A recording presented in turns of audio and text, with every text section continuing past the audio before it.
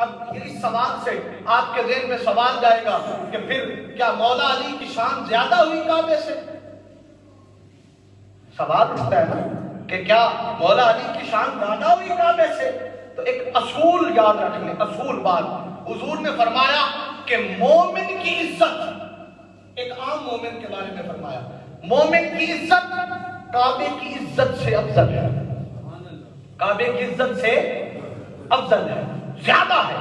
मोमिन की इज्जत ज्यादा कीमती है काबे की इज्जत से। तो मुझे बताएं, तेरी मेरी आम मोमिन, आम मुसलमान की इज्जत तो काबे से अफजल है, और जिसके अंदर अली जमे, हाय हाय उठे तेरा हाथ हो गए जिथे अली जमे, वहां पे तो फरमाया फिर पता ये चला कि काबे के पास जाना है तो पहले अली को मनाओ।